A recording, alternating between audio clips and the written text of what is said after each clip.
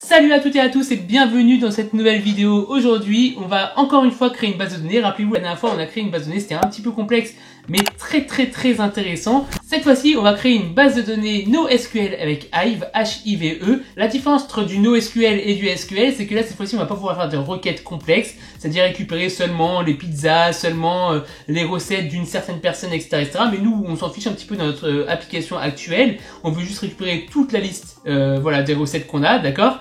Donc, une base de données NoSQL avec Hive, c'est quoi la différence? C'est qu'on va pouvoir juste insérer, modifier, supprimer, récupérer tout ce qui est à l'intérieur et c'est tout. Voilà, d'accord? Si on veut faire des traitements supplémentaires, ça sera directement en Dart sur Flutter, directement dans notre application, d'accord? Alors Hive, ce qu'il faut savoir, c'est que c'est beaucoup plus performant qu'une base de données. Effectivement, il fait pas de requête derrière, d'accord? Il récupère juste nos données c'est beaucoup plus simple aussi à mettre en place. On va voir ça tout de suite. Let's go, c'est parti. Commençons par les dépendances pour pouvoir récupérer Hive. Hive, vous allez le trouver dans pub.dev/packages/Hive. Je mets le lien en description bien entendu. Et puis ici, rappelez-vous, on avait SQLite et Pass. Ça, on va le supprimer parce qu'on va pas l'utiliser, d'accord? Et on va mettre Hive à la place. Je rajoute Hive.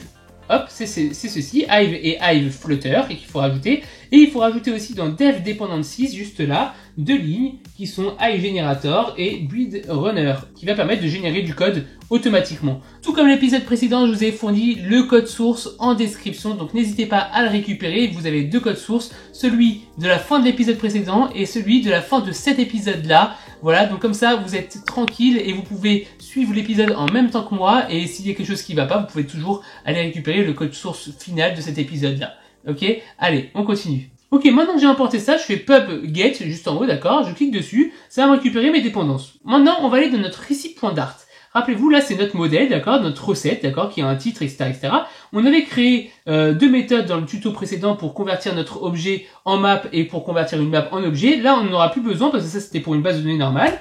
On peut supprimer ces deux méthodes-là et on récupère juste notre recipe. Maintenant, ici, on va rajouter des annotations pour que Hive puisse fonctionner. Ici, la première annotation, on va la rajouter juste au-dessus de notre classe. Elle s'appelle HiveType avec un type ID et là vous mettez 0. À chaque fois que vous avez une autre classe, bien entendu, vous l'incrémentez, vous mettez 1, 2, etc., Là, on n'a qu'une seule classe, donc il n'y aura que celle-ci. On fait HiveType. Et là, j'importe, voilà, HiveType. Ok, donc là, c'est nickel. J'ai importé Hive et puis j'utilise HiveType. Et pour chaque élément que j'ai à l'intérieur, donc chaque field, j'ai mon titre, mon user, mon image URL. Ici, je vais rajouter une autre annotation qui va s'appeler HiveFeed. Et pour chaque HiveFeed, bien entendu, je vais mettre ici 0. Là, je vais mettre que c'est le numéro 1. Là, je vais mettre que c'est le numéro 2, etc., Vous l'avez compris. Donc là, j'ai terminé de paramétrer mon modèle pour utiliser Hive. Il va juste me manquer une petite ligne au-dessus. Ce sera pour utiliser un fichier qu'on va générer juste après. Vous allez voir. Donc, je vais mettre part. Ici, je vais mettre recip.g.dart. Voilà. Donc, recip, c'est le nom de ma classe, recip.dart, vous voyez, et juste mis un G entre les deux pour generated. Il me le souligne en rouge, c'est normal parce que je n'ai pas encore fait la ligne de commande qui va me permettre de générer ce fichier. Ne vous inquiétez pas, on va le faire. Mais avant ça, je vais juste rajouter dans ma classe une méthode qui va me permettre de récupérer une clé unique pour pouvoir identifier une recette. Ici, ma clé unique, rappelez-vous, dans l'épisode précédent, c'était aussi le titre. J'ai dit que c'était le titre. Hashcode.toString. Le fait de mettre hashcode, ça me permettra d'enlever les espaces, etc., D'accord? Donc là, je sais que ce sera une clé unique pour ma recette. Maintenant, on va générer cette fameuse classe qui s'appelle recip.g.dart. Pour ça, vous allez aller dans Terminal en dessous, d'accord? Et ici, une fois que vous avez cliqué sur Terminal, on va pouvoir taper une ligne de commande. Pour ça, il faut que vous vous rappelez le premier épisode où est-ce que vous avez sauvegardé votre package Flutter, votre dossier Flutter. Moi, je l'avais mis à la racine. Je sais que ma racine, c'est 2./ Flutter. Vous voyez, moi, je l'ai. Vous devez chercher exactement le bon chemin, bien entendu, parce qu'on va avoir besoin du fichier exécutable Flutter. Flutter/bin/Flutter. Ça, c'est notre fichier exécutable Flutter.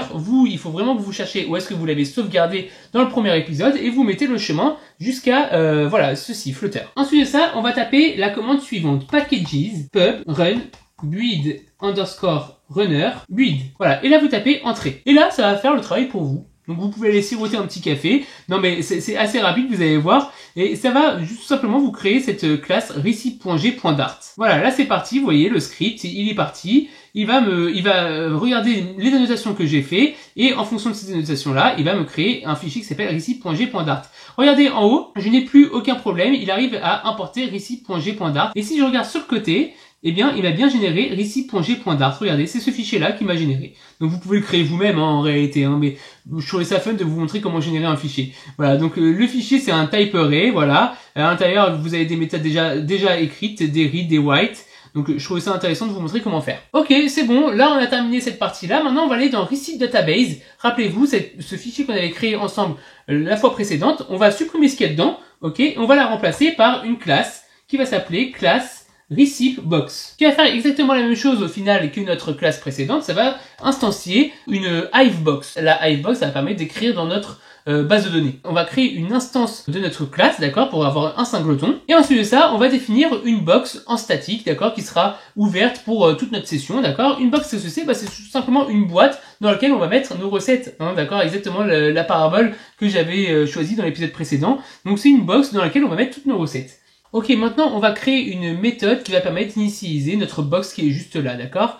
Donc avant ça, on va aller dans notre pubspec.yaml ici, d'accord? Et on va rajouter une petite ligne qui est passProvider, qui va nous permettre de récupérer un dossier dans lequel on va pouvoir créer notre base de données. Ok, donc vous mettez passProvider 1.6.27, moi j'ai mis, c'est la dernière version à l'heure actuelle. Vous faites un petit coup de pub get juste en haut, et puis là ça nous a importé passProvider. On retourne notre ReceiPBox et on va maintenant créer notre méthode init. Qu'est-ce qu'on écrit ici? Ici je récupère un chemin, donc maintenant on peut le faire parce qu'on vient d'importer passProvider, donc on importe library passProvider en haut, d'accord, on importe, et puis là ça va me récupérer un chemin, d'accord, dans lequel je vais pouvoir initialiser Hive, init Hive avec ce chemin-là. Ensuite de ça, on va écrire Hive register adapter, receipt adapter. Ici, il faut aussi importer receipt adapter, d'accord? Et receipt adapter, c'est la classe qui a été générée, qu'on a fait juste avant, d'accord? Donc là, juste là pour le moment, on initialise Hive, hein, bien entendu. Hein. On initialise Hive et on lui dit qu'on a un nouvel adapteur qui est receipt adapter. Donc du coup, on va pouvoir gérer des recettes dans Hive. Ok, super. Maintenant, comment est-ce qu'on génère notre box qui est là? Eh bien, on lui dit que box est égal à await, open box, tu vas m'ouvrir ma box ReceiPBox. Donc là, il faut que je lui donne un nom qui changera jamais, bien entendu, hein. Donc j'ai choisi ReceiPBox, ok. Donc là, j'ai créé une box, voilà, j'ai ouvert une box, ou créé une box si c'est la première fois, d'accord, qui s'appelle ReceiPBox. Ok, normalement là, on a terminé l'initialisation, mais j'ai rajouté juste un petit hack à cet endroit-là, qui veut dire que si j'ai aucune valeur dans ma box, justement, si j'ai aucune recette, j'en insère. Comment je fais? Je récupère toutes les valeurs de ma box, box.values, d'accord. Si je n'ai rien, si c'est nul ou que je n'ai rien à l'intérieur, je lui dis receipt.box, put all, et puis à l'intérieur, regardez bien, alors le format, je l'avoue, il est un peu complexe, je fais map.fromIterable, donc je vais convertir une liste de recettes. La liste de recettes, qu'est-ce que c'est? La liste de recettes, c'est ma liste de recettes que je me balade depuis tous ces épisodes statiques. Donc je vais juste la remettre, ok, elle est juste là. C'est ma liste de recettes statiques qu'on se balade depuis le début des épisodes, hein, d'accord. Ma liste de recettes, je lui dis que ma clé, ça sera e.key. Key, qu'est-ce que c'est? C'est justement la petite méthode qu'on avait créée juste là, key, d'accord, key, title.hcode.toString. La première valeur, ça sera du coup ma clé, et la deuxième valeur, ça sera toute ma recette. Voilà. Ok, et c'est tout. Maintenant, il faut qu'on appelle cette méthode init. Juste avant, j'aimerais renommer mon receipt database, parce que c'est plus du tout receipt database. Donc je fais refactor rename, et je vais l'appeler ReceiPBox. Notre classe, elle est nickel. Je vais aller dans mon main.dart.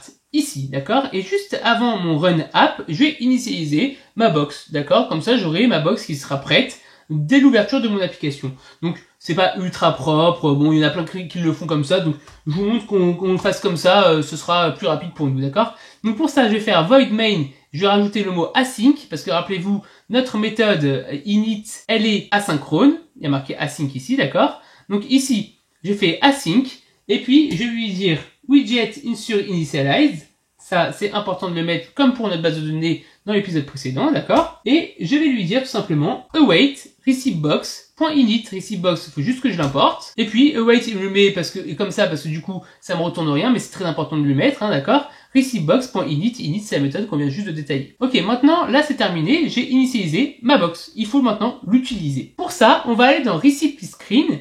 Ici, vous voyez que j'ai déjà quelques petites choses qui sont en rouge puisque je n'ai plus receipt database, ça n'existe plus. On va la remplacer. Regardez comment on va faire. Le future builder list receipt, on va l'enlever et à la place, on va mettre value listenable builder. À la place de future, on va mettre value listenable et à la place de comment récupérer la liste de recettes, on va récupérer notre box, on l'importe, ok, et je lui dis listenable. Et dans mon builder, qu'est-ce qu'on va avoir? Un contexte, une box, bah, ma liste d'items, hein, ce qui est à l'intérieur de ma box. Et là, maintenant, je vais récupérer ma liste de clés. Pour ça, je vais faire, vous voyez là, j'ai ma box avec ma liste d'items. Je vais faire items.keys. Et puis, je vais dire que à l'intérieur, c'est des strings, d'accord, parce que c'est, rappelez-vous, mon titre en hashcode, mais converti en string, et je vais le convertir en liste, d'accord. Donc là, j'ai ma liste de clés. Et puis là, on va moins se prendre la tête, on va directement mettre notre return list view, on va pas mettre le if else, d'accord. Receive, je vais le remplacer par key.length, ok, donc combien j'ai d'éléments. Et ici, pour récupérer ma recette, c'est un tout petit peu plus compliqué, on va faire juste items.get, et puis là, je récupère ma liste de clés, et je mets l'index, d'accord. Donc je récupère du coup ma clé courante, et je demande de la récupérer dans mes items. Ok, jusque là, tout va bien, on a terminé cette partie-là. Ici, j'ai encore une ligne qui est rouge, on va la corriger tout de suite, c'est comment supprimer un élément. On va faire receipt box, on va récupérer justement notre box, d'accord, dans laquelle j'ai mes recettes, et on va faire delete, et à l'intérieur de delete, on demande une clé. Eh bien écoutez, la clé, on l'a, puisque c'est simplement receipt.key et point virgule. Et la ligne qui est juste en dessous, on peut la supprimer. Bon, ici, je ne comprends pas ce que c'est que listenable. Bon, parfois ça arrive. Il faut juste ajouter l'import en dur directement en haut, d'accord, manuellement. Donc c'est import package /hive_flutter / hive_flutter.dart, d'accord. Bon, là, je ne sais pas pourquoi il n'a pas voulu le faire tout seul. Mais vous voyez, il n'y a plus d'erreur une fois que j'importe cet import. Il va nous manquer juste un dernier petit truc, c'est le petit cœur. Quand je clique dessus, il faut sauvegarder la valeur en base de données. Bon, ça, on l'avait fait à l'épisode précédent avec la base de données. Donc, c'est en Favorite Change Notifier. Vous voyez ici, Receipt Database, etc., etc. L'équivalent avec Hive, c'est quoi? C'est cette ligne-là, c'est Receipt Box. Donc là, on récupère notre box, hein, du coup, .box, ok. Et on va faire put, donc on va insérer dans notre boîte, d'accord, à l'emplacement qui est là si elle existe, sinon on va créer cet emplacement-là. Mais du coup là, forcément elle existe, hein, bien entendu. Ici, receipt.key, donc on récupère notre clé et on met notre recette. Ok, c'est tout ce qu'il y a à faire, d'accord? C'est exactement l'équivalent de ce qui est en dessous. Ok, donc on supprime ça, et là, on est bon, on a terminé. On va supprimer aussi justement l'import qui n'existe plus là-haut. On a complètement terminé, on vient de remplacer la base de données SQLite par Hive avec une base de données NoSQL. Ok, donc j'espère que vous avez réussi à suivre chaque étape. On va faire play, on va regarder exactement ce que ça donne. Ok, du coup l'application démarre. On va avoir normalement notre liste de recettes. Voilà, nickel. On a notre liste de recettes. On va crêpe comme chez vous. Regardez, on va la supprimer. D'accord? Donc on sait que crêpe comme chez nous, on n'est plus censé l'avoir. Et par exemple burger maison, on va cliquer dessus et on va dire que finalement elle n'est pas de nos favoris. Ok? Maintenant on va enlever l'application, on va la killer, d'accord? Et on va la fermer et on va la rouvrir. Ok? Donc on va la fermer, on réouvre l'application, et normalement qu'est-ce qu'on a? Crêpe comme chez vous, elle n'est pas censée être là, ok, c'est le cas, on n'a plus crêpe comme chez vous, et burger maison n'est plus censé être dans mes favoris, et c'est le cas, donc on a totalement réussi, ça a bien sauvegardé nos données. N'hésitez pas à revoir cette vidéo, à mettre pause quand je vais un peu trop vite pour pouvoir vous entraîner chez vous, et vous verrez qu'une fois que vous l'avez fait une première fois, c'est hyper simple, vraiment. Donc n'hésitez vraiment pas à manipuler et à le faire tout comme l'épisode précédent avec la base de données, il faut vraiment manipuler et le faire soi-même. Vous voyez qu'au final c'est pas compliqué, c'est vrai, je dis beaucoup de choses, vous mettez pause, vous revenez un petit peu en arrière, vous le faites vous-même, et vous allez voir qu'une fois que vous l'avez fait une seule fois, vous allez voir qu'après vous allez réussir à le faire tout le temps. J'espère que cette vidéo vous a plu, si c'est le cas, n'hésitez pas à mettre un pouce bleu. Il reste plus grand chose à voir dans cette formation, à la limite, voilà, les formulaires on les a pas encore vus, donc on va regarder comment rajouter un petit formulaire pour rajouter une nouvelle recette par exemple, ça pourrait être plutôt sympa à faire.